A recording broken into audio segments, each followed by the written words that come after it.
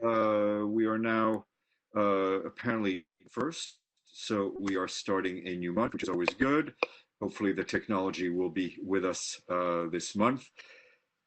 And I wanted to flag that tomorrow the Secretary General will be addressing the opening of a high-level virtual pledging event on the humanitarian crisis in Yemen, something that we have been flagging here almost on a daily basis.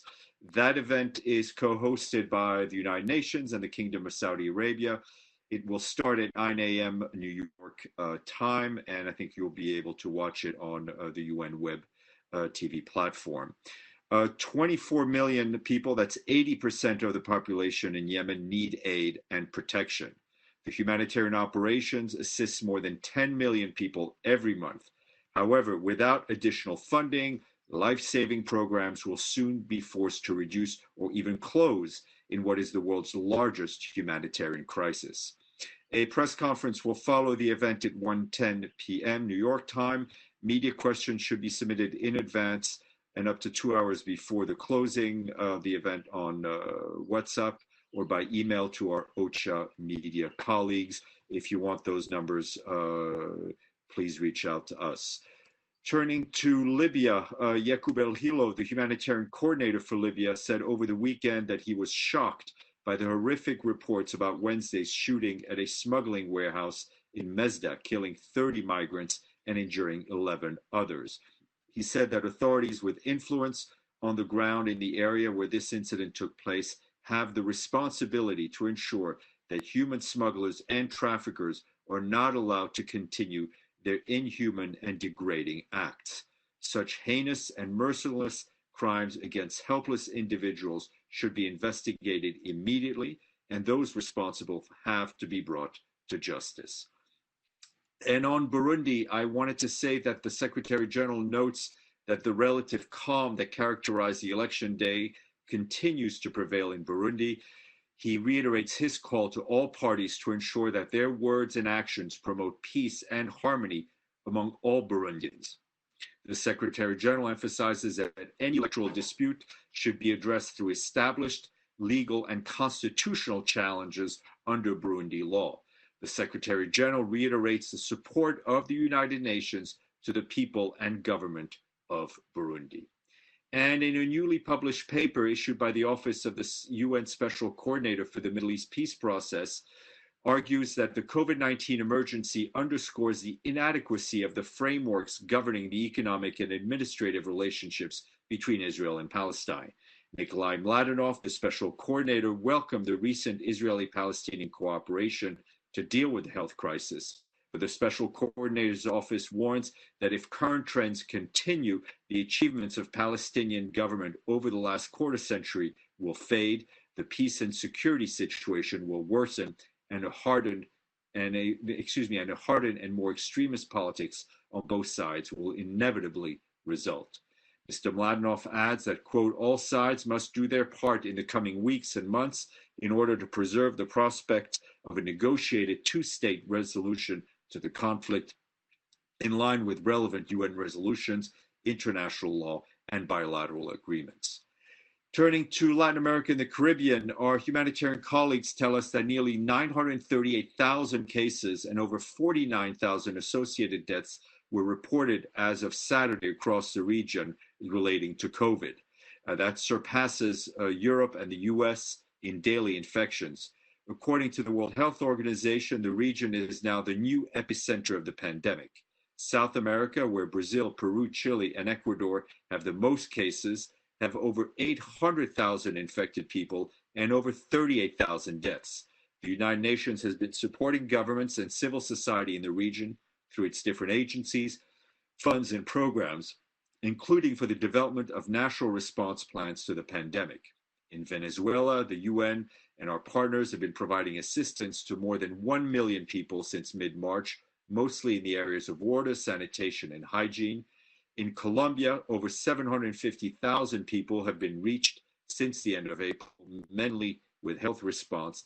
And in Haiti, the UN continues to support national authorities in strengthening health response capacity and disseminating awareness messaging while they continue to deliver critical life-saving support areas, in other areas, particularly in food. And just a quick focus today on Guatemala, where there are more than 4,700 confirmed cases of the virus and more than 100 deaths. The UN team on the ground has been supporting the government's emergency response to the virus and has provided $1 million from the UN Multi-Partner Trust Fund. As you will recall, this fund was announced by the Secretary General for the Socioeconomic Recovery and Response. The UN team, led by the resident coordinator, Rebecca Arias, is focusing on providing health services, protecting and training health workers, and improving surveillance capacities. This includes improving lab capacity and boosting women's access to health services. The UN is working to protect human rights. This initiative includes guaranteeing decent quarantine locations for migrants who have returned to Guatemala. Several UN entities are involved in this, such as the International Organization for Migration, the Pan American Health Organization, and the UN Population Fund, the UN's Children Fund, the UN Refugee Agency, and the UN's Human Rights Office, as well as UN Women.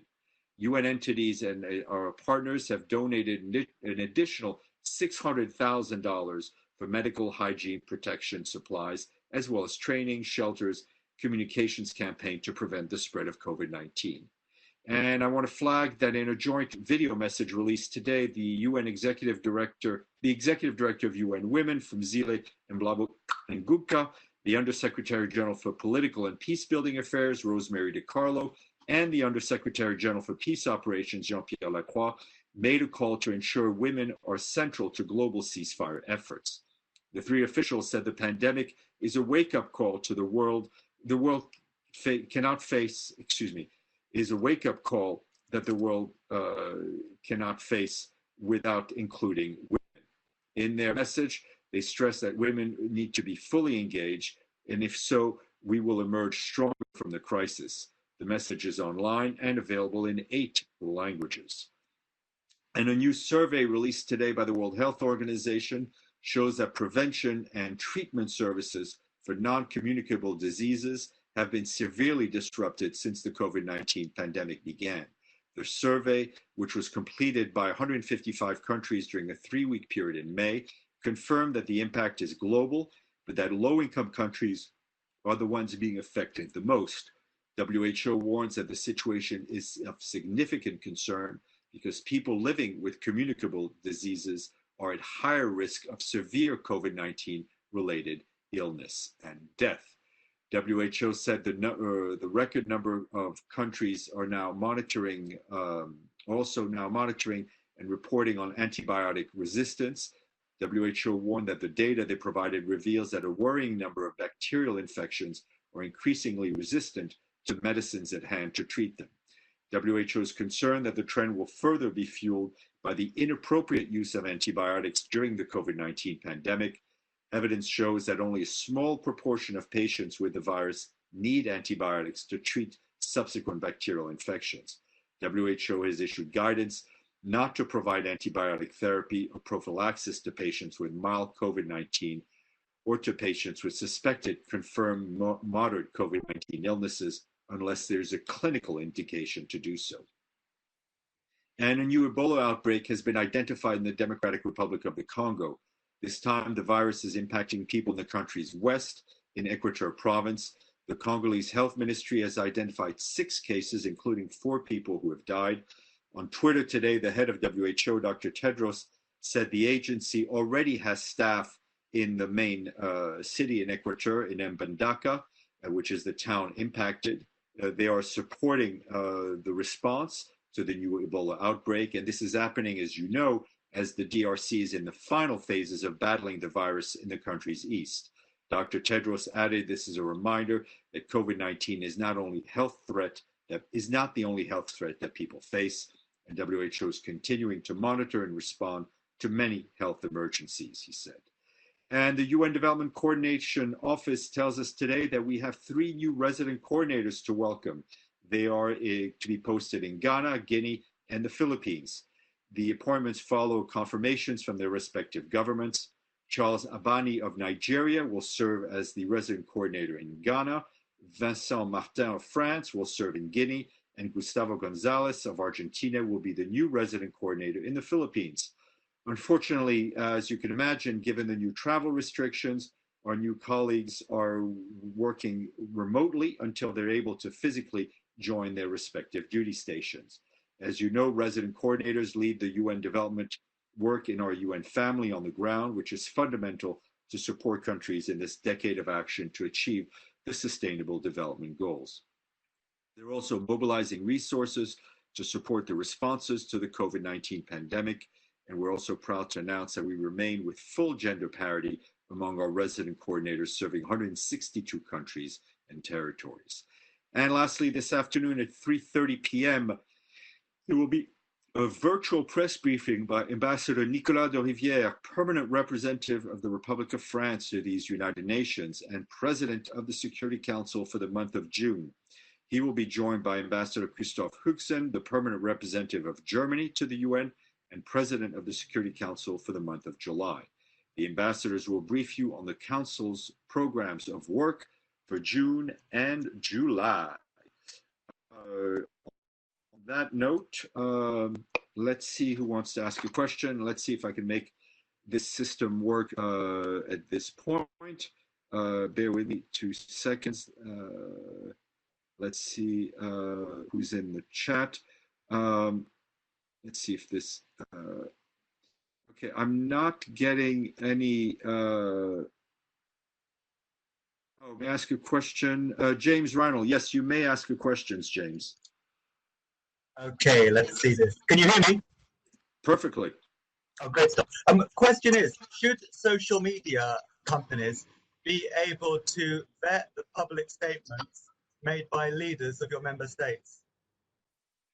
Look, I think there's a healthy discussion going on about the responsibility of social media companies and platforms and how they manage messages and speeches from different parties, and I think that is an important debate to be had.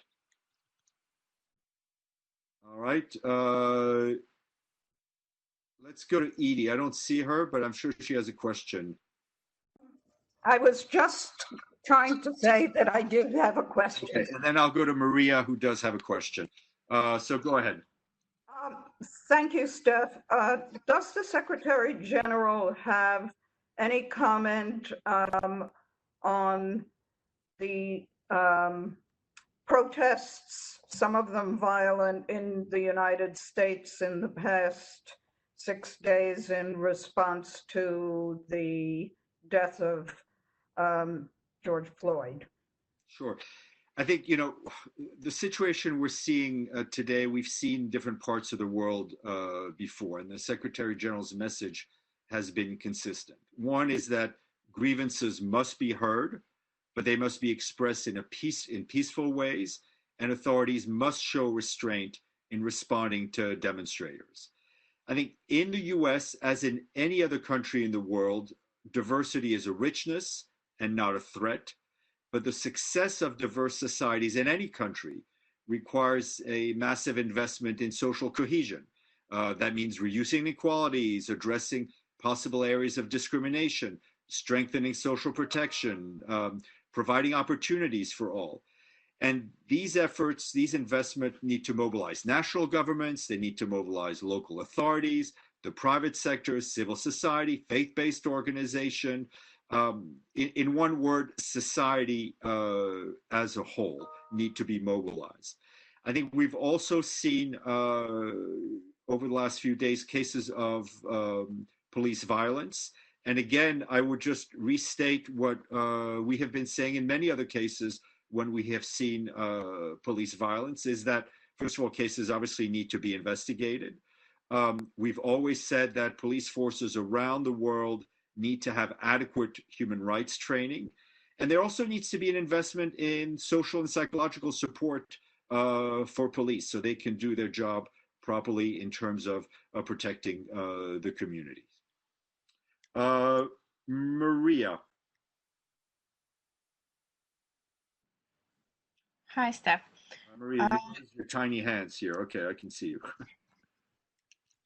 I saw the readout of talk between Russian foreign minister and SG, and it says that it was about Syria and Libya and humanitarian aid to Syria. So I wonder if you have anything to add to this topic. No, the Secretary General did receive a call from Foreign Minister Lavrov.